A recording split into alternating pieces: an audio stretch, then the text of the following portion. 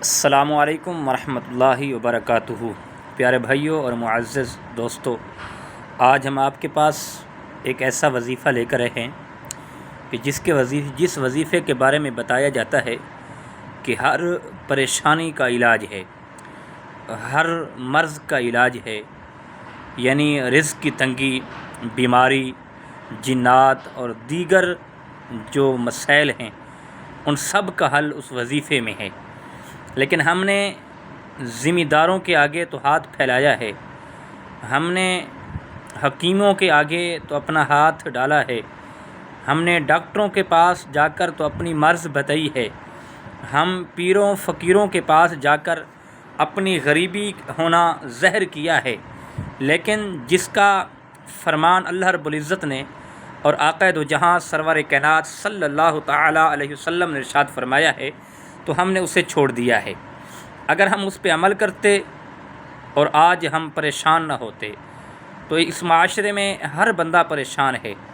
کوئی اپنے گھریلو معاملات میں پریشان ہے، کوئی اپنے کاروبار کی وجہ سے پریشان ہے، کوئی اپنے بچوں کے رشتوں کے معاملے میں پریشان ہے، کوئی اپنے بچوں کے مسائل کے معاملے میں پریشان ہے، یعنی ہر بندہ پریشان ہے۔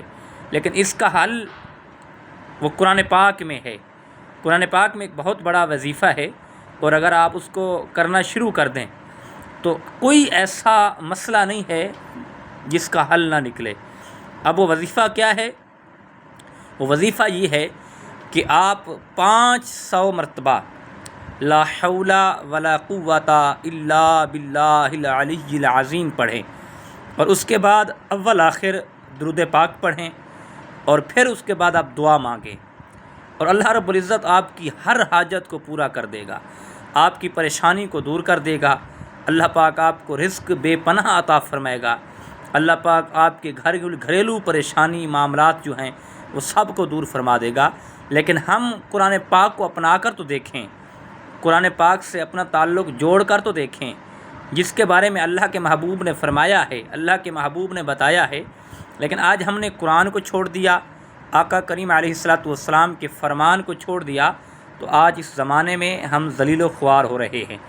اگر ہم مصطفیٰ کریم علیہ الصلوۃ والسلام کے فرمان پر عمل کریں اور حدیث کا مطالعہ کریں اور قرآن پڑھ کر دیکھیں تو ہماری ہر پریشانی کا حل قرآن میں موجود ہے۔ اللہ ہمیں عمل کرنے کی توفیق عطا فرمائے۔